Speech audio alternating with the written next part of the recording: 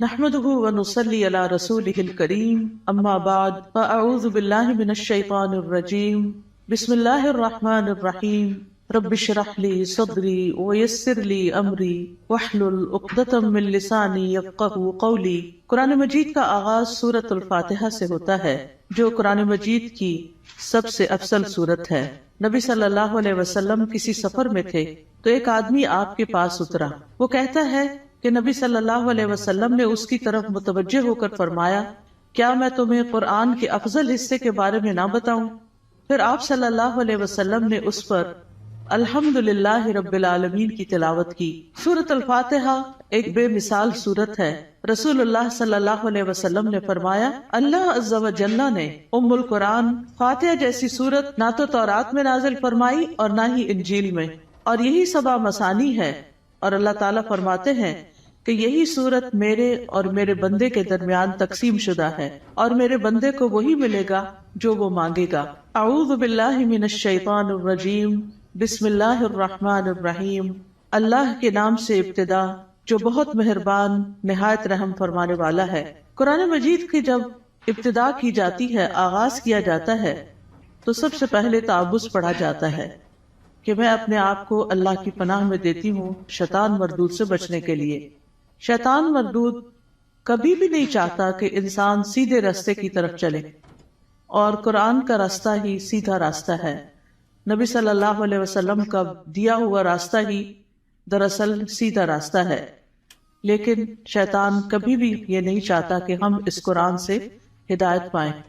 اسی طرح جب ہم اعوذ باللہ پڑھتے ہیں تو اس کا ایک صیغہ اعوذ بکلمات اللہ بھی ہے، یعنی ایک تو ہے اعوذ باللہ اور ایک ہے اعوذ بکلمات اللہ، کہ میں اللہ تعالیٰ کے سارے کلمات کے ساتھ اللہ کی پناہ میں اپنے آپ کو دیتی ہوں۔ کیونکہ آپ دیکھیے کہ اللہ سبحانہ وتعالیٰ کی جو مختلف مخلوقات ہیں ان میں سے یعنی شیاطین تو بری مخلوق ہیں، لیکن اس کے ساتھ ساتھ فرشتے جو ہیں وہ اچھی مخلوق ہیں۔ تو انسان کو ایک طرف جہاں شیطان بہکاتا ہے تو وہاں دوسری طرف فرشتہ اس کے دل میں اچھا خیال بھی ڈالتا ہے، اور فرشتے جو ہیں وہ ہمارا دفاع بھی کرتے ہیں۔ تو اس لیے اللہ سبحانہ وتعالیٰ کی مدد کے ساتھ قرآن کا آغاز کرنا چاہیے۔ بسم اللہ الرحمن الرحیم سے اللہ کا نام لے کر جو کہ بہت مہربان نہایت رحم فرمانے والا ہے۔ الحمدللہ رب العالمین الرحمن الرحیم مالک یوم الدین ایاک نعبد و ایاک نستعین۔ سب تعریف اللہ تعالیٰ کے لیے ہے جو تمام جہانوں کا رب ہے، نہایت مہربان ہے، بار بار رحم فرمانے والا ہے، بدلے کے دن کا مالک ہے۔ ہم صرف تیری ہی عبادت کرتے ہیں اور صرف تجھ ہی سے مدد چاہتے ہیں۔ سورۃ الفاتحہ کی اہمیت کی ایک وجہ یہ بھی ہے کہ یہ سب سے زیادہ نفع مند دعا پر مشتمل ہے۔ ابن تیمیہ کہتے ہیں کہ جب میں نے غور کیا کہ سب سے نفع مند دعا کون سی ہے تو بس وہ اللہ کی رضا کے کاموں پر مدد مانگنے کی دعا ہے کہ اللہ اپنی پسند کے کاموں پر ہماری مدد فرما۔ پھر میں نے سورۃ فاتحہ کی اس آیت ایاک نعبد و ایاک نستعین میں اس دعا کو پا لیا، اور اس میں دراصل انسان اللہ کی عبادت کی بات کرتا ہے کہ اللہ میں تیرا بندہ ہوں، تیری عبادت کرتا ہوں، تیری عبادت کرنا چاہ رہا ہوں۔ اور جیسا کہ آئندہ رمضان آ رہا ہے تو اس میں ہم عام دنوں سے زیادہ انشاءاللہ اللہ تعالیٰ کی عبادت کریں گے۔ تو یہ عبادت جو ہے یہ اللہ سبحانہ تعالیٰ کی محبت کا نام ہے، یعنی عبادت کے 3 ارکان ہوتے ہیں، جن میں سب سے پہلا رکن جو ہے کمال درجے کی محبت ہونا۔ والذین آمنوا اشد حبا للہ، وہ لوگ جو ایمان لائے اللہ کی محبت میں سب سے زیادہ شدید ہوتے ہیں۔ دوسری بات یہ ہے کہ کامل درجے کی امید ہونا، وَيَرْجُونَ رَحْمَتَهُ، کہ وہ اس کی رحمت کی امید رکھتے ہیں۔ اور تیسرے اللہ تعالیٰ کا کامل خوف ہونا، یعنی یہ 3 چیزیں انسان کے اندر ہوں تو انسان عبادت گزار ہوتا ہے۔ اللہ کی محبت، اللہ کا خوف اور اللہ سے امید بھی۔ اور اللہ تعالیٰ کے علاوہ کسی اور کی عبادت کرنا جائز نہیں، اور عبادت اللہ کا حق ہے۔ اور ایاک نستعین کا مطلب ہے کہ ہم تجھ سے مدد چاہتے ہیں۔ تو جب نبی صلی اللہ علیہ وسلم نے فرمایا کہ جب تم مانگو تو اللہ سے مانگو، اور جب تم مدد چاہو تو اللہ سے مدد چاہو، کیونکہ دراصل اللہ ہی ہر چیز پر قادر ہے اور وہی انسان کو مدد دے سکتا ہے۔ جہاں تک اللہ عز و جل کی مخلوق کے علاوہ صرف اللہ سے مدد طلب کرنا ہے تو یہ اس لیے کیونکہ بندہ اکیلا اپنے فائدوں کے حصول اور اپنے نقصانوں کو ہٹانے سے عاجز ہے. یعنی اگر میں چاہوں کہ میں اکیلی ہی اپنے فائدے حاصل کر لوں یا جو بھی کوئی نقصان دہ چیز ہے یا تکلیف دہ چیز ہے اس سے چھٹکارا پا لوں تو یہ میرے بس کی بات نہیں ہے. کیونکہ انسان کی دین کی مصلحتیں ہوں یا دنیا کی فائدے کی چیزیں ہوں، اللہ کے سوا اس کی مدد کوئی بھی نہیں کر سکتا، اور جس کی مدد اللہ کرے اسی کو مدد حاصل ہوتی ہے، اور جس کو اللہ چھوڑ دے اس کی پھر کوئی مدد کرنے والا نہیں ہوتا، وہ بے یار و مددگار ہو جاتا ہے. اسی لیے ہم کہتے ہیں لا حول ولا قوت الا باللہ، کہ کوئی توفیق نہیں مل سکتی، کوئی قوت نہیں ہوتی مگر اللہ کے ساتھ. یعنی ہمارا حال بدل نہیں سکتا، یعنی حال سے بھی ہے، یعنی لا حول، حال کی کوئی تبدیلی نہیں ہو سکتی، ایک حال سے دوسرے حال میں ہم نہیں جا سکتے، اور ہمارے اندر کوئی قوت بھی نہیں ہے مگر یہ کہ اللہ ہی کی دی ہوئی قوت اور اللہ ہی کی دی ہوئی طاقت سے انسان کے حالات تبدیل ہو سکتے ہیں. یعنی ہماری زندگیوں میں کئی مسائل ہوتے ہیں، کبھی بچوں کے مسائل، کبھی رشتہ داروں کے مسائل، کبھی اور مالی مسائل، یعنی کئی طرح کی چیزیں انسان کو پریشان کرتی رہتی ہیں. لیکن انسان کی اس ساری حالت کو کوشش کے باوجود بھی بعض اوقات خود سے انسان یا دوسرے لوگ، ہمارے ماں باپ، ہمارے شوہر، ہمارے بچے مل کے اس کو تبدیل نہیں کر سکتے. آپ نے دیکھا ہوگا جب انسان پریشان ہوتا ہے تو کبھی کسی کے پاس جاتا ہے، کبھی کسی سے دکھ بیان کرتا ہے، کبھی کسی سے مشورہ کرتا ہے، لیکن ساری باتیں کر کے چھوڑ دیتے ہیں، ہوتا ہوا تھا کچھ نہیں. ایسے میں انسان کو ٹھیک ہے مشورہ کر لینا چاہیے، مدد لینی چاہیے، لیکن اللہ سبحانہ وتعالیٰ سے ہی اصل میں مدد لینی چاہیے اور خوب خوب دعائیں کرنی چاہیے. اور اگر یہ کلمہ بھی بار بار انسان پڑھتا رہے نا، ایاک نعبد و ایاک نستعین، کہ صرف تیری ہم عبادت کرتے ہیں اور تجھ سے ہم مدد چاہتے ہیں، تو انشاءاللہ اللہ کی مدد آئے گی. بندہ کس کس کام میں اللہ کی مدد کا محتاج ہے؟ اپنے روزمرہ کے مسائل کے حل کے لیے تو محتاج ہے ہی، اپنی خوراک کے لیے ہے، اپنے لباس کے لیے ہے، اپنی رہائش کے لیے، اپنی سب چیزوں کے لیے تو ہے ہی. لیکن خاص طور پر اللہ کی عبادت کے لیے ہم سب سے زیادہ اس کے محتاج ہیں کہ ہم اس سے مدد مانگے. تو انسان اللہ تعالیٰ کے احکام بجا کے نہیں لا سکتا جب تک انسان کو اللہ کی مدد حاصل نہ ہو. برائی چھوڑنا چاہتے ہیں، اپنی کوئی بری عادت چھوڑنا چاہتے ہیں تو ہم اس کو چھوڑ نہیں سکتے جب تک اللہ کی مدد ہمیں حاصل نہ ہو. اسی طرح دنیا میں ہماری جو تقدیر ہے، اس تقدیر میں جو غم لکھے ہیں ان غموں سے چھٹکارا نہیں پا سکتے جب تک کہ اللہ کی مدد حاصل نہ ہو. تو اس لیے بہت ضروری ہے کہ ہم دنیا کے معاملات میں بھی اللہ کی مدد لیں، اور پھر موت کے وقت، یعنی موت کے وقت کی جو سختیاں ہیں اور قیامت اور برزخ یعنی قبر کے عذاب اور قبر سے متعلق جو مشکلات ہیں اور قیامت کے دن کی جو ہولناکیاں ہیں، ان سب میں بھی ہمیں اللہ سے مدد لینی چاہیے. ان سب کاموں میں اللہ عز و جل کے سوا کوئی بھی مدد کرنے کی طاقت نہیں رکھتا. تو جو شخص اللہ کی مدد طلب کرنے کا حق ادا کرتا ہے تو اللہ تعالیٰ ان کاموں میں اس کی مدد بھی کرتا ہے. اہدنا الصراط المستقیم، تو ہمیں سیدھا راستہ دکھا، کیونکہ ہدایت سب سے بڑی ضرورت ہے جو انسان مانگتا ہے اللہ تعالیٰ سے. یعنی مانگنے کی چیزیں تو بہت ہے، لیکن سب سے اہم ترین چیز جو ہے وہ ہدایت ہے، کہ اللہ تعالیٰ ہمیں ہدایت عطا فرمائے. کیونکہ ہدایت جس کو مل گئی تو وہ متقین میں سے ہو جائے گا، اور جس کے اندر تقویٰ آ گیا اس کو مزید ہدایت بھی ملے گی. اور جو متقین میں سے ہو جائے گا تو من یتق اللہ یجعل لہ مخرجا ویرزقہ من حیث لا یحتسب، جو اللہ سے ڈرے گا وہ اس کے لیے نکلنے کا کوئی راستہ بنا دے گا اور اسے وہاں سے رزق دے گا جہاں سے وہ گمان بھی نہیں کرتا ہوگا، یعنی جہاں سے وہ سوچ بھی نہیں سکتا. تو اس لیے انسان کو ہدایت کی ضرورت ہے اور ہدایت اللہ سے مانگتے ہی رہنا چاہیے. آپ دیکھیے کہ حیرانی کی بات ہے کہ دن میں 5 نمازوں کی ہر رکعت میں ہم سورۃ فاتحہ پڑھتے ہیں. سورۃ فاتحہ کے اندر ہم اللہ سے ہدایت ہی مانگتے رہتے ہیں کہ اللہ تو ہمیں ہدایت دے دے، ہمیں ہدایت دے دے. یعنی انسان کو مل بھی جائے تو بھٹکنا بڑا آسان ہوتا ہے، دل کا ٹیڑھا ہونا بڑا آسان ہوتا ہے. تو اس لیے بہت ضروری ہے کہ ہم سب دل لگا کے یہ دعا کرتے رہیں. نبی صلی اللہ علیہ وسلم ایک اور دعا بھی کرتے تھے، اللہم انی اسألک الہدی والتقی والعفاف والغنی، کہ اے اللہ میں تجھ سے ہدایت، تقوی اور پاک دامنی اور دل کا غنا مانگتا ہوں. اسی طرح ایک اور دعا ہے، اللہم اہدنی وسددنی، اے اللہ تو مجھے ہدایت عطا فرما اور سیدھا رکھ، یعنی درست رکھ کہ ادھر ادھر نہ ہو جاؤ۔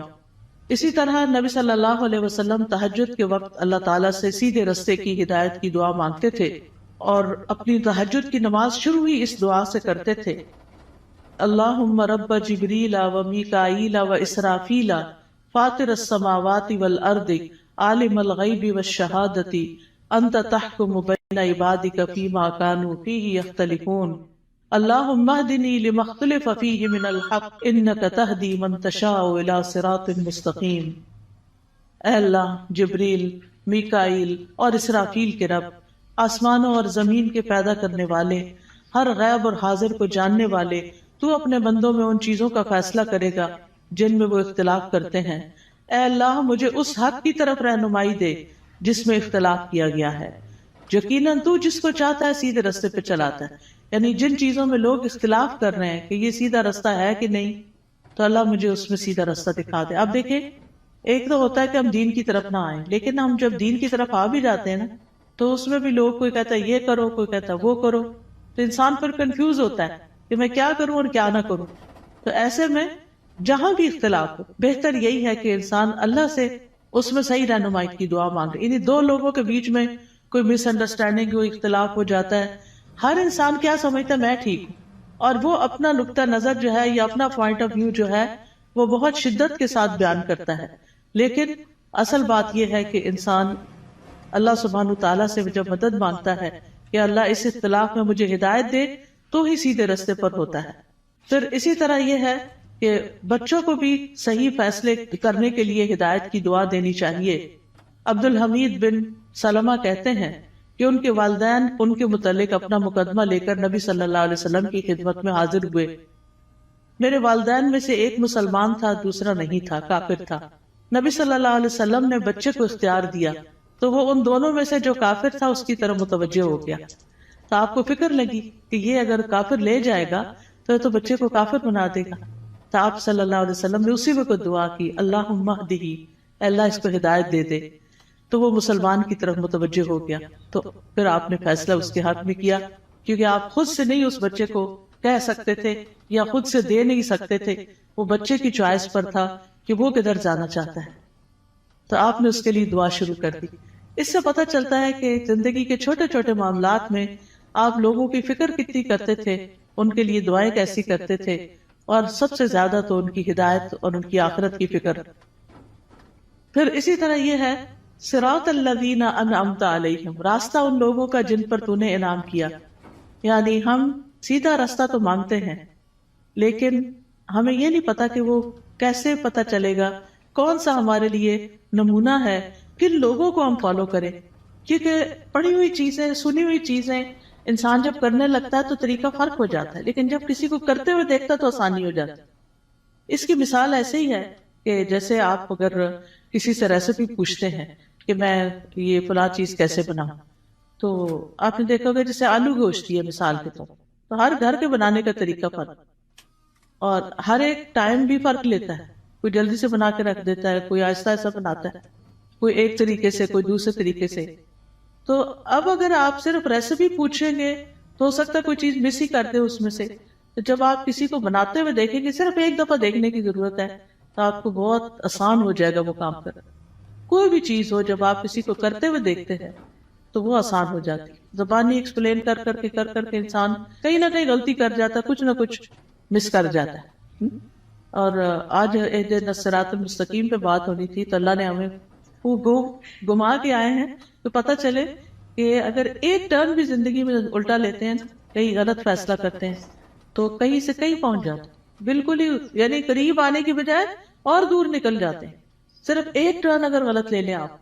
تو اسی طرح زندگی میں ہم صحیح جا رہے ہوتے ہیں، کہیں کوئی بیچ میں آ کے ہمیں کوئی غلط بات بتا دیتا ہے، ہم اس کے پیچھے لگ جاتے ہیں، اصل راستے کو چھوڑ کے چل بھائی وہ کہیں سے کہیں پہنچ گئے، تو وہ اللہ سے تو دور کر دیتا ہے نا انسان کو۔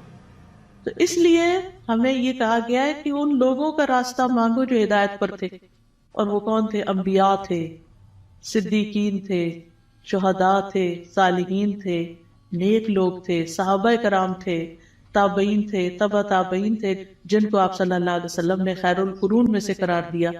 تو کتنا ضروری ہے کہ ہم ان لوگوں کی زندگیوں کے بارے میں پڑھیں، وہ کیا کرتے تھے. ہم آج کے لوگوں کو رول ماڈل بنا لیتے ہیں، وہ بیچارے تو خود بعض اوقات نہیں سمجھتے کہ انہیں کیا کرنا چاہیے. تو اصل رول ماڈل جو ہیں ہمارے وہ صحابہ کرام ہیں، صحابیات ہیں، کہ انہوں نے نمازیں کیسے پڑھی، ان کے روزے تہجد کیسے تھے، ان کا صدقہ خیرات کیسا تھا، ان کے لوگوں سے معاملات کیسے تھے، ان کی خوشی اور ناراضگی کیسی تھی. تو اگر ہم ان چیزوں کے بارے میں پڑھتے رہیں گے، جانتے رہیں گے، تو آپ دیکھیں گے کہ بہت سی چیزیں درست ہو جائیں گی. یعنی اپنی غلطیاں بھی نظر آئیں گی اور جو اچھے کام ہیں وہ بھی. اور ان کی زندگی کے واقعات اور حالات بہت موٹیویشنل بھی ہوتے ہیں. یعنی اگر آپ صحابہ کی کہانیاں پڑھیں تو انسان روئے بغیر رہ نہیں سکتا. مجھے یاد ہے جب میں نے ہائی اسکول ختم ہی کیا تھا تو چھٹیاں تھی کافی ساری، تو اس میں میں نے بکس پڑھنی شروع کر دی. اور سب سے زیادہ مجھے جن بکس نے انسپائر کیا وہ اسی طرح کی لائف سٹوریز تھیں. یعنی جو بڑے لوگوں کی کہانیاں اور نیک لوگوں کی کہانیاں. اس میں ہم کہتے ہیں اچھا یہ لوگ اس طرح کر سکتے ہیں تو ہم نہیں کر سکتے، یہ بھی تو اسی دنیا میں رہتے ہیں. تو اس سے پھر انسان کو انسپریشن بہت ملتی ہے. تو یہاں بھی اللہ تعالیٰ نے جو سیدھا رستہ بتایا ہے وہ ان لوگوں کا رستہ اختیار کرنے کے لیے کہا ہے کہ جن پر اللہ نے انعام کیا، ان کا نہیں جن پر اللہ تعالیٰ غضبناک ہوا، اور نہ ان کا جو بھٹکے ہوئے ہیں. پھر ہے سورۃ البقرہ. سورۃ البقرہ جو ہے وہ قرآن کی کوہان ہے. نبی صلی اللہ علیہ وسلم نے فرمایا ہر چیز کی ایک کوہان ہوتی ہے، یعنی اونچا حصہ ہم، اور قرآن کی کوہان سورۃ البقرہ ہے. اور جب شیطان سورۃ البقرہ کی تلاوت سنتا ہے تو وہ اس گھر سے نکل جاتا ہے جس میں سورۃ البقرہ کی تلاوت کی جا رہی ہو. اس کو پڑھنا باعث برکت ہے اور اس کو چھوڑنا باعث حسرت ہے. رسول اللہ صلی اللہ علیہ وسلم نے فرمایا سورۃ البقرہ پڑھا کرو، کیونکہ اس کا پڑھنا باعث برکت ہے، چھوڑنا باعث حسرت ہے، اور اس کے پڑھنے والے پر جادوگر قدرت نہیں پا سکتے. یعنی ایسے لوگ جادو سے محفوظ رہتے ہیں جو سورۃ البقرہ پڑھتے رہتے ہیں. اب اس کا طریقہ کیا ہے؟ کیونکہ لوگ پوچھتے ہیں کہ اچھا پھر کیسے پڑھیں. ایک تو یہ ہے کہ ایک ہی دن میں ساری پڑھ لیں، اور کیسے بہت سارے لوگ ہوتے ہیں جو روز سورۃ البقرہ پڑھتے ہیں. اور ایک یہ ہے کہ ایک ایک سپارہ کر کے آپ روز پڑھ لیں. ایک یہ ہے کہ ربع ربع ربع ربع کر کے آپ اس کو، یعنی کہ 8 اور 10 دن لگ جاتے ہیں تقریباً اس طرح، تو مہینے میں 3 دفعہ ہو جائے گی. ایک یہ ہے کہ روزانہ آپ ایک صفحہ پڑھ لیں، اور جب تک وہ صفحے سارے ختم نہیں ہوتے تو وہ اس طرح روزانہ آپ یعنی یا نماز میں یا دیکھ کے یعنی پڑھتے رہیں. یعنی سورۃ البقرہ کے ساتھ اپنا تعلق قائم رکھے تو اس کا فائدہ یہ ہوگا کہ جادوگر اثر نہیں کر سکیں. کیونکہ جن لوگوں پہ کوئی جادو کی شکایت ہوتی ہے نا، جب وہ بےچارے ایک دفعہ اپنا توڑ کر آتے ہیں، جب ان کو پتہ چلتا ہے توڑ ہو گیا تو دوبارہ کر دیتے ہیں، پھر دوبارہ کر دیتے ہیں. تو اس لیے پروٹیکشن بڑی ضروری ہوتی ہے، اور سورۃ البقرہ جو ہے اسی میں سے ہے. ابو ہریرہ رضی اللہ عنہ سے روایت ہے کہ رسول اللہ صلی اللہ علیہ وسلم نے فرمایا تم اپنے گھروں کو قبرستان نہ بناؤ، کیونکہ شیطان اس گھر سے بھاگ جاتا ہے جس گھر میں سورۃ البقرہ کی تلاوت کی جاتی ہے. پھر آیت نمبر 1 ہے سورۃ البقرہ کی، الف لام میم ذالک الکتاب لا ریب فیہ ھدی للمتقین. یہ کتاب ہے جس میں کوئی شک نہیں، ہدایت ہے متقی لوگوں کے لیے. قرآن جو ہے وہ شکوک و شبہات سے پاک کتاب ہے، یعنی ایسے علم پر مبنی ہے جو یقینی ہے، جو سب سے سچی بات ہے، اس کی ہر بات ہی سچی ہے. کون ہے متقین؟ الذین یؤمنون بالغیب ویقیمون الصلاۃ ومما رزقناہم ینفقون. جو غیب پر ایمان لاتے ہیں، نماز قائم کرتے ہیں، اور جو رزق ہم نے ان کو دیا ہے اس میں سے وہ خرچ کرتے ہیں. تو ایمان بالغیب جو ہے یہ دل سے تعلق رکھتا ہے. نماز قائم کرنا جسم کا حصہ ہے، اور مما رزقناہم ینفقون مال کا حصہ ہے، یعنی حقوق العباد کی ادائیگی. انسان اندر سے بھی اچھا ہو، انسان باہر سے بھی اللہ کی عبادت کرے، اور انسان اللہ کے بندوں اور اللہ کی مخلوق کے ساتھ بھی اچھا سلوک کرے. پھر فرمایا والذین یؤمنون بما انزل الیک وما انزل من قبلک وبالآخرۃ ھم یوقنون. اور وہ جو ایمان لاتے ہیں اس پر جو آپ پر نازل کیا گیا اور جو آپ سے پہلے نازل کیا گیا، اور وہ آخرت پر یقین رکھتے ہیں. یعنی متقی وہ لوگ ہوتے ہیں، اس کتاب سے ہدایت حاصل کرنے والے لوگ وہ ہوتے ہیں کہ جو اللہ کی طرف سے آئی ہوئی چیزوں پر ایمان رکھتے ہیں، اور جو چیزیں نبی صلی اللہ علیہ وسلم سے پہلے اتاری گئی تھی ان پر بھی ایمان رکھتے ہیں، اور وہ آخرت پر پکا یقین رکھتے ہیں. تو نبی صلی اللہ علیہ وسلم پر نازل شدہ وحی جو ہے اس پر ایمان لانا ضروری ہے. قرآن مجید میں آتا ہے وَأَنزَلَ اللَّهُ عَلَيْكَ الْكِتَابَ وَالْحِكْمَةَ وَعَلَّمَكَ مَا لَمْ تَكُنْ تَعْلَمْ وَكَانَ فَضْلُ اللَّهِ عَلَيْكَ عَظِيمًا. اللہ نے آپ پر کتاب و حکمت نازل کی ہے اور آپ کو وہ کچھ سکھایا جو آپ نہیں جانتے تھے، اور یہ آپ پر اللہ کا بہت ہی بڑا فضل ہے کہ اللہ تعالیٰ نے آپ کو فائدے کی سب چیزیں سکھا دی ہیں. یاد رکھیے حدیث بھی قرآن کی طرح نازل ہوتی تھی. وَمَا يَنطِقُ عَنِ الْهَوَىٰ إِنْ هُوَ إِلَّا وَحْيٌ يُوحَىٰ. وہ اپنی خواہش نفس سے کچھ نہیں کہتے، وہ تو صرف وحی ہے جو نازل کی جاتی ہے. حسان بن عطیہ کہتے ہیں کہ جبریل علیہ السلام نبی صلی اللہ علیہ وسلم کے پاس سنت لے کر اترتے تھے. جس طرح آپ کو قرآن سکھاتے اسی طرح سنت کی تعلیم دیتے تھے. قرآن جو تھا وہ لکھا جاتا تھا، یعنی قرآن جو تھا وہ آپ سنتے تھے اور پھر صحابہ کو لکھوا دیتے تھے، جبکہ سنت جو ہے وہ چونکہ زیادہ تر پریکٹس کی چیز ہے، عمل کی چیز ہے، تو وہ آپ اس چیز پر عمل کر لیتے تھے. نبی صلی اللہ علیہ وسلم نے ہمیں بھی تلقین کی ہے کہ ہم اس قرآن و سنت کو مضبوطی سے پکڑے رکھیں. رسول اللہ صلی اللہ علیہ وسلم نے فرمایا میں تم میں دو چیزیں چھوڑے جا رہا، تم ہرگز گمراہ نہیں ہوگے جب تک ان دونوں کو مضبوطی سے نہ تھام لو. ایک اللہ کی کتاب اور دوسرے اس کے نبی کی سنت ہے. وَبِالْآخِرَةِ هُمْ يُوقِنُونَ. اور آخرت پر وہ یقین رکھتے ہیں. یقین کا معنی جو ہے وہ ایسا ایمان ہے جس کی طرف شک داخل، یعنی اتنا پکا کہ جیسے انسان اپنی آنکھوں سے کوئی چیز دیکھ رہا ہوتا ہے تو اس پر یقین ہوتا ہے کہ میں کوئی جھوٹ نہیں دیکھ رہا، یہ حقیقت ہے. یقین جو ہے یہ علم کا سب سے اونچا درجہ ہے. یعنی یہ نہیں کہا آخرت کا علم رکھتے ہیں، آخرت کو جانتے ہیں، نہیں، اس پر پکا یقین رکھتے ہیں، ایمان رکھتے ہیں. تو یقین کے فائدے کیا ہوتے ہیں؟ یقین کا فائدہ یہ ہوتا ہے کہ انسان کے لیے عمل آسان ہو جاتا ہے. انسان کو اللہ تعالیٰ سے یقین مانگنا چاہیے. ابو بکر رضی اللہ عنہ دعا میں یہ کلمات کہتے تھے اللہم ہب لی ایمانا و یقینا و معافاتا و نیتا. اے اللہ مجھے ایمان اور یقین اور عافیت اور اچھی نیت عطا فرما. اولئک علی ھدی من ربہم واولئک ھم المفلحون. یہی لوگ اپنے رب کی طرف سے ہدایت پر ہیں اور یہی لوگ دراصل فلاح پانے والے ہیں. اس کے بعد فرمایا بے شک وہ لوگ جنہوں نے کفر کیا ان کے لیے برابر ہے کہ آپ انہیں ڈرائیں یا نہ ڈرائیں، وہ ایمان نہیں لائیں گے. اللہ نے ان کے دلوں اور ان کے کانوں پر مہر لگا دی ہے اور ان کی آنکھوں پر پردہ ہے اور ان کے لیے بہت بڑا عذاب ہے. گناہ جب دل پہ پے در پے آتے ہیں تو دل کو بند کر دیتے ہیں، اور جب اسے بند کر دیتے ہیں تو اللہ کی طرف سے ٹھپا اور مہر لگ جاتی، پھر ایمان اندر نہیں داخل ہوتا. اس لیے پھر انسان کا کفر سے چھٹکارا پانے کا کوئی رستہ نہیں رہ جاتا. ختم اللہ علی قلوبہم. اور پھر کان بھی نہیں سنتے اور آنکھیں بھی نہیں دیکھتی، کہیں سے بھی عبرت نہیں ہوتی. انسان ایسے ہی جانوروں کی طرح زندگی گزار کر پھر اللہ کے پاس چلا جاتا ہے اور وہاں جا کر بہت بڑے عذاب کا سامنا کرتا ہے. اس کے بعد ایک تیسرے گروہ کی بات کی گئی اور وہ ہے منافقوں کا گروہ. وَمِنَ النَّاسِ مَن يَقُولُ آمَنَّا بِاللَّهِ وَبِالْيَوْمِ الْآخِرِ وَمَا هُمْ بِمُؤْمِنِينَ. لوگوں میں سے کچھ ایسے بھی ہوتے ہیں جو کہتے ہیں ہم اللہ اور یوم آخرت پر ایمان لائے، حالانکہ وہ مومن نہیں ہوتے. وہ اللہ کو دھوکہ دیتے ہیں اور ان لوگوں کو جو ایمان لائے، اور نہیں وہ دھوکہ دیتے مگر اپنے آپ ہی کو، اور وہ اس کا شعور نہیں رکھتے. فی قلوبہم مرض فزادہم اللہ مرضا ولہم عذاب علیم بما کانوا یکذبون. ان کے دلوں میں ایک بیماری ہے تو اللہ نے ان کی بیماری کو اور زیادہ کر دیا اور ان کے لیے دردناک عذاب ہے، اس لیے کہ وہ جھوٹ بولتے تھے. تو یہ کون سی بیماری ہے؟ یہ دنیا کی محبت کی بیماری ہے.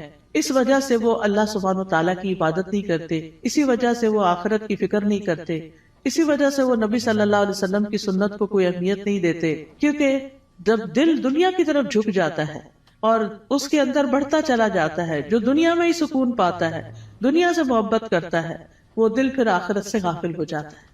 اور جب آخرت سے غافل ہو جاتا ہے تو پھر اللہ سبحانہ و تعالیٰ ایسے بندے کو اس کے نفس کے حوالے کر دیتے ہیں اور پھر آخرت میں اس کے لیے دردناک عذاب ہے. اور جب ان سے کہا جاتا ہے کہ زمین میں فساد نہ کرو تو وہ کہتے ہیں کہ ہم تو اصلاح کرنے والے ہیں. خبردار، بے شک وہی لوگ فساد کرنے والے ہیں. لیکن وہ شعور نہیں رکھتے. اور جب ان سے کہا جاتا ہے ایمان لاؤ جس طرح لوگ ایمان لائے، تو کہتے ہیں کیا ہم ایمان لائیں جس طرح بے وقوف ایمان لائے ہیں؟ خبردار، یقیناً وہ خود ہی بے وقوف ہیں لیکن وہ جانتے نہیں ہیں. اور جب ان لوگوں سے ملتے ہیں جو ایمان لائے تو کہتے ہیں ہم ایمان لائے، اور جب اپنے شیطانوں کے پاس تنہا ہوتے ہیں تو کہتے ہیں یقیناً ہم تو تمہارے ساتھ ہیں، ہم تو صرف مذاق کرنے والے ہیں. یعنی ایسے لوگ ہر ایک سے بنا کے رکھنے کی فکر کرتے ہیں اور کسی کو اس لیے ناراض نہیں کرنا چاہتے کہ ان سے پھر کوئی دنیا کا نقصان نہ ہو جائے. لیکن حقیقت یہ ہے کہ یہ لوگ دین کا مذاق اڑاتے ہیں اور دین کے ساتھ نان سیریس رویہ اختیار کرتے ہیں. تو اس لیے اللہ یستہزئ بہم، جیسے یہ عمل کرتے ہیں ویسے ہی ان کی جزا ہے. اللہ بھی ان سے مذاق کرتا ہے اور انہیں ان کی سرکشی میں مہلت دیے جا رہا ہے تو وہ بھٹکتے پھرتے ہیں. یعنی اللہ سبحانہ وتعالی کا ان کے ساتھ استہزاء یہ ہے کہ وہ ان کے بدبختی کے اعمال اور خبیث حالات کو ان کے سامنے مزین کر دیتا ہے. یعنی انہیں اپنی برائیاں جو ہیں وہ اچھی لگنے لگتی ہیں، جیسے جھوٹ بولنا، دھوکہ دینا، کہنا یہ تو سمارٹنس ہے، دیکھو میں نے فلاں کو کیسے بیوقوف بنایا، اور پھر تنہائی میں بیٹھ کے اس پہ ہنستے ہیں. تو یہ چیزیں جو ہیں یہ انسان کے اپنے ہی لیے نقصان دہ ہوتی ہیں. اولئک الذین اشتروا الضلالۃ بالہدی فما ربحت تجارتهم وما كانوا مهتدین. یہی وہ لوگ ہیں جنہوں نے ہدایت کے بدلے گمراہی خرید لی، تو نہ ان کی تجارت ہی فائدہ مند ہوئی اور نہ ہی وہ ہدایت پانے والے تھے. ان کی مثال اس شخص کی طرح ہے جس نے آگ جلائی، تو جب آگ نے اس ماحول کو روشن کر دیا اللہ ان کا نور لے گیا اور انہیں اندھیروں میں چھوڑ دیا، وہ دیکھ نہیں پاتے. یعنی ان کے دل کا نور ختم ہو گیا ان کے اپنے اعمال کی وجہ سے. یعنی یہ ان لوگوں کے بارے میں بات کی گئی ہے کہ جو دعویٰ تو کرتے ہیں کہ ہم ایمان لائے اور اس سے دنیا میں کچھ نہ کچھ فائدہ اٹھاتے ہیں کہ وہ مسلمان ظاہر ہوتے ہیں تو مسلمانوں کو جو بینیفٹس ہوتے ہیں یہ ان کے شیلٹر میں آ جاتے ہیں. لیکن یہ ہے کہ دنیا میں تھوڑی سی روشنی ان کو مل گئی مگر آخرت میں تو سخت اندھیرا چھا جائے گا اور ان کو سخت عذاب پہنچے گا. پھر اسی طرح یہ ہے کہ دنیا میں کفر جو ہے وہ روشنی چھپا دیتا ہے اور ان کے پردے چاک ہو جاتے ہیں، جو ان کی منافقت ظاہر ہو جاتی ہے تو وہ اس سے اندھیرے ان کے کھل کے سامنے آ جاتے ہیں کہ ان کے دلوں کے اندر کیا ہے. پھر اسی طرح ان کے بارے میں فرمایا سم بکم عمی فہم لا یرجعون، بہرے ہیں، گنگے ہیں، اندھے ہیں، پس وہ نہیں لوٹتے، یعنی ہدایت کی طرف واپس نہیں آتے. یا ان کی مثال آسمان سے اترنے والی زوردار بارش کی طرح ہے جس میں اندھیرے ہیں اور گرج ہے اور چمک ہے. وہ کڑکنے والی بجلیوں اور موت کے ڈر سے اپنی انگلیاں اپنے کانوں میں ڈال لیتے ہیں اور اللہ کافروں کو گھیرنے والا ہے. قریب ہے کہ بجلی ان کی آنکھوں کی روشنی لے جائے، جب بھی وہ ان کے لیے روشنی کرتی ہے تو وہ اس میں چل پڑتے ہیں، اور جب ان پر اندھیرا چھا جاتا ہے تو وہ کھڑے رہ جاتے ہیں. اور اگر اللہ چاہتا تو ان کی سماعت اور ان کی بصارت کو لے جاتا، بے شک اللہ خوب قدرت رکھنے والا ہے. اور یہ حقیقت ہے کہ اللہ سبحانہ تعالیٰ ہر چیز پر پورا قادر ہے اور ان منافقین پر بھی پوری طرح قادر ہے، اور اللہ تعالیٰ اسباب کے بغیر بھی ان کی سماعت اور بصارت کو ختم کر سکتا ہے. ہم سب کو اپنے لیے دعا کرنی چاہیے کہ اللہ تعالیٰ ہماری آنکھوں، ہمارے کانوں، ہمارے دل کو سلامت رکھ کہ ہم اس سے ہدایت پاتے رہیں. سنن ترمذی میں ایک دعا آئی ہے بڑی خوبصورت، وَمَتِّعْنَا بِأَسْمَاعِنَا وَأَبْصَارِنَا وَقُوَّاتِنَا أَبَدًا مَا أَحْيَيْتَنَا وَاجْعَلْهُ الْوَارِثَ مِنَّا، کہ اللہ ہمیں ہماری سماعت، ہماری بصارت، ہماری قوت سے فائدہ پہنچا اور اسے ہمارا وارث بنا دے. پھر اس کے بعد اگلا رکوع شروع ہوتا ہے، یا ایھا الناس اعبدوا ربکم الذی خلقکم والذین من قبلکم لعلکم تتقون. اے لوگوں اپنے رب کی عبادت کرو، الذی خلقکم جس نے تمہیں پیدا کیا، اور ان لوگوں کو بھی جو تم سے پہلے تھے، تاکہ تم بچ جاؤ، یعنی برے عذاب سے بچ جاؤ. تو عبادت کی بات پہلے بھی ہو چکی کہ ہمیں اللہ نے اپنی عبادت کے لیے پیدا کیا ہے، اور عبادت میں انسان کو اللہ تعالیٰ سے شدید محبت بھی کرنی ہوتی ہے اور اس سے ڈرنا بھی ہوتا ہے اور اس سے امید بھی رکھنی ہوتی ہے. پھر فرمایا الذی جعل لکم الارض فراشا والسماء بناء وانزل من السماء ماء فاخرج به من الثمرات رزقا لکم فلا تجعلوا للہ اندادا وانتم تعلمون. وہ جس نے تمہارے لیے زمین کو فرش اور آسمان کو چھت بنایا اور آسمان سے پانی نازل کیا اور اس پانی سے تمہارے لیے پھل بطور رزق پیدا کیے، بس تم اللہ کے ساتھ کسی کو شریک نہ ٹھہراؤ حالانکہ تم جانتے ہو.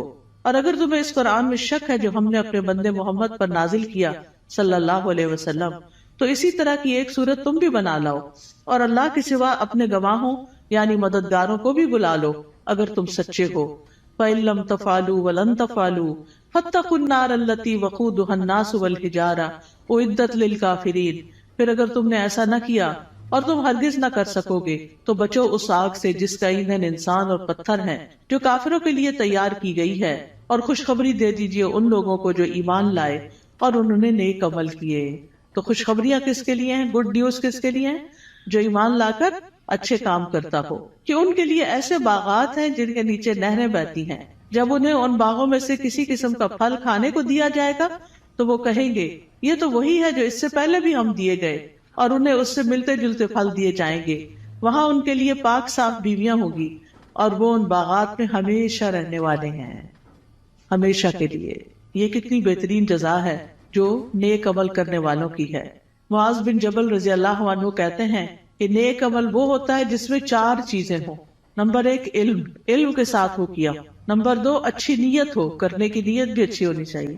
نمبر 3 صبر کے ساتھ کرنا چاہیے، اور نمبر 4 اخلاص کے ساتھ کرنا چاہیے۔ تو جس عمل میں یہ سب چیزیں ہوں، صبر بھی ہو، نیت اچھی ہو، عمل انسان کا جو ہے وہ علم کے مطابق ہو، تو وہی شخص جو ہے وہ نیک ہے۔ وَأُتُوا بِهِ مُتَشَابِهًا، اور وہ جنت میں ملتے جلتے پھل دیے جائیں گے، یعنی جنت کے پھل اگرچہ ایک دوسرے سے ملتے جلتے ہوں گے لیکن ان کا ذائقہ بڑا مختلف ہوگا۔ جیسے آم ہے تو آموں سے ملتے جلتے بظاہر دیکھنے میں، یعنی ایسے ورائٹی کی انتہا ہے نا، کہ آپ نے کبھی نوٹ کیا ہوگا مثلاً آپ بعض اوقات 2 اورنجز کھاتے ہیں، کیا دونوں کا ذائقہ ایک ہوتا ہے؟ نہیں ہوتا ہے۔ اور اگر کس میں فرق ہو تو ان کی خوشبو، ان کا رنگ، ایون کلر بھی، کسی کا ریڈ ہوتا ہے، کسی کا یلو، کسی کا برائٹ یلو ہوتا ہے، کسی کا اورنجش ہوتا ہے، ان کی خوشبو، ان کی مٹھاس۔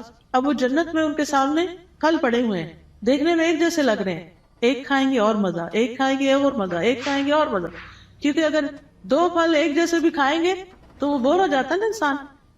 دیکھیں وہ یہ اورنج، ہاں یہ میں نے کھائے ہوئے ہیں، لیکن اتنی ورائٹی ہے جنت میں، اتنی ورائٹی ہے کہ انسان کا دل بھرے گا ہی نہیں کسی وقت۔ دیکھیں ہمیں ہر نئی چیز اچھی لگتی ہے، ہم ہر نئے آئیڈیا سے، ہر نئی یونیک چیز سے انسپائر ہوتے ہیں، تو جنت میں تو ہر وقت ہر چیز نئی نئی نئی نئی نئی، یعنی نہ پرانی چیزیں ہوگی، نہ وہ ریپیٹیشن ہوگی، نہ وہ بوریت ہوگی، نہ وہ دل بھرے گا۔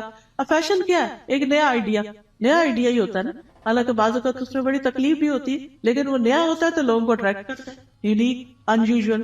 تو وہ اتو بھی متشابہہ، دیکھنے میں وہ متشابہ ہے لیکن کھانے میں ان کا مزہ، جیسے ایک حدیث میں بھی آتا ہے کہ جنت کے جو ببول کا درخت ہوگا اس کے جو کانٹے ہوں گے، اس میں ایک کانٹے کے اندر 70,000 قسم کے پھل ہوں گے، یعنی اس کے اندر وہ رنگ ہوں گے اور اس کے ڈفرنٹ چیزیں ہوں گی، اور وہ جب ایک ایک چیز نکالتا جائے گا انسان تو different colour, different test, different خوشبو، ایکسپلور ہی کرتا جائے گا، ایکسپلور ہی کرتا جائے گا۔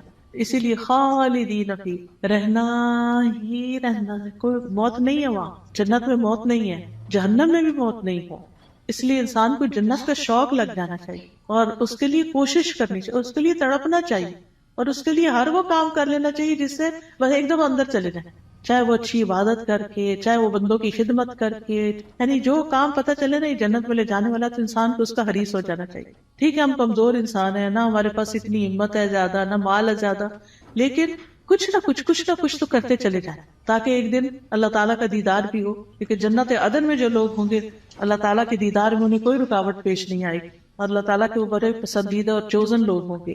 لیکن اس کے لیے اللہ کے راستے میں جہاد کرنا، جد و جہد کرنا، نکلنا، اپنے کمفرٹ زون سے باہر نکلنا، اپنا مال خرچ کرنا، اپنی جان لگانا، یہ چیزیں ہیں جس سے انسان جنت کا سودا کرتا ہے۔ ان اللہ اشتری من المؤمنین انفسهم واموالهم بان لهم الجنہ، اللہ نے بے شک خرید لی مومنوں سے ان کی جانیں اور ان کے مال، کیونکہ ان کے لیے جنت ہے۔ تو جنت حاصل کرنے کے لیے انسان کو کچھ دینا پڑتا ہے، اور وہ یہی دنیا کا وقت ہے، تھوڑا سا، یہ چند سال ہے، پتہ نہیں کب تک زندہ ہے کب تک نہیں۔ تو اللہ تعالیٰ سے دعا ہے کہ وہ ہمیں نیک اعمال کرنے کی توفیق عطا فرمائے۔ پھر بے شک اللہ اس سے نہیں شرماتا کہ وہ مادہ مچھر یا اس سے اوپر کسی چیز کی مثال بیان کرے. پھر جو لوگ ایمان لائے ہیں وہ جانتے ہیں کہ وہ ان کے رب کی طرف سے سچ ہے، اور جن لوگوں نے انکار کیا وہ کہتے ہیں اس مثال سے اللہ کی کیا مراد ہے. اللہ اس سے اکثر لوگوں کو گمراہ کرتا ہے اور اسی سے بہت سے لوگوں کو ہدایت بخشتا ہے، اور اس مثال سے گمراہ کرتا بھی ہے تو صرف فاسقوں کو. یعنی اللہ تعالیٰ جن لوگوں کو گمراہ کرتا ہے وہ اس لیے نہیں کرتا کہ اللہ چاہتا ہے یہ گمراہ ہو جائے، نہیں، اصل میں ان کے اندر ایسی کوئی علت ہوتی ہے کہ جو اس بات کا سبب بن جاتی ہے کہ اللہ تعالیٰ پھر اس بندے کو ہدایت کی بجائے الٹے راستے پہ چلا دیتا ہے. جیسے سورۃ الصف میں آتا ہے فَلَمَّا زَاغُوا أَزَاغَ اللَّهُ قُلُوبَهُمْ وَاللَّهُ لَا يَهْدِي الْقَوْمَ الْفَاسِقِينَ. پھر جب وہ ٹیڑھے ہو گئے تو اللہ نے ان کے دل ٹیڑھے کر دی. انسان سیدھا راستہ چھوڑ کے ٹیڑھے پہ جاتا ہے تو پھر اللہ تعالیٰ اس کو اسی کے حوالے کر دیتا ہے، اور اللہ نافرمان لوگوں کو ہدایت نہیں دیتا. تو جو لوگ رب کے حکم کو مان جاتے ہیں ان کو ہدایت کی تعلیم مل جاتی ہے اور وہ سیدھے راستے پہ چل پڑتے ہیں. اور پھر فاسق کون ہوتے ہیں؟ جو اللہ کے عہد کو اس کے مضبوط باندھنے کے بعد توڑ دیتے ہیں، اور جس چیز کا اللہ نے جوڑنے کا حکم دیا اس کو کاٹ ڈالتے ہیں، یعنی رشتہ داروں سے کاٹ لیتے ہیں اور زمین میں فساد کرتے ہیں. یہی لوگ دراصل نقصان اٹھانے والے ہیں. تم اللہ کا انکار کیسے کر سکتے ہو حالانکہ تم مردہ تھے، پھر اس نے تمہیں زندگی بخشی، پھر وہی تمہیں موت دے گا، پھر وہی تمہیں دوبارہ زندہ کرے گا، پھر اسی کی طرف تم لوٹائے جاؤ گے. واپسی کدھر ہے؟ اللہ ہی کی طرف ہے. اب یعنی کہ 2 مرحلے تو پورے ہو گئے. ایک مرحلہ تھا زندگی سے پہلے آنے کا، جب آدم علیہ السلام کی پشتوں سے اللہ نے سب کی روحیں پیدا کر دی. پھر اس کے بعد اس دنیا میں اب آگے، اب اس کے بعد موت ہے، پھر موت کے بعد پھر زندگی ہے جو ہمیشہ کی زندگی. هو الذی خلق لکم ما فی الارض جمیعا ثم استوى الی السماء فسواہن 7 سماوات وہو بکل شیء علیم. وہ اللہ ہی تو ہے جس نے وہ سب کچھ جو زمین میں ہے تمہارے لیے پیدا کیا، پھر وہ آسمانوں کی طرف متوجہ ہوا تو ان کو ٹھیک کر کے 7 آسمان بنا دیا، اور وہ ہر چیز کا خوب علم رکھنے والا ہے. یہ اللہ تعالیٰ کا ہم پر احسان ہے کہ اس نے ہمارے لیے فائدے کی چیزیں اور عبرت کے سامان زمین میں پیدا کیے، اور ہر وہ چیز جو اللہ نے بنائی وہ ہمارے استعمال کے لیے ہے. تو اللہ تعالیٰ سے دعا ہے کہ وہ ہمیں ان نعمتوں سے بھرپور فائدہ اٹھا کر اس کی اطاعت میں اپنی جان لگانے کی توفیق عطا فرمائے. وآخر دعوانا ان الحمد للہ رب العالمین.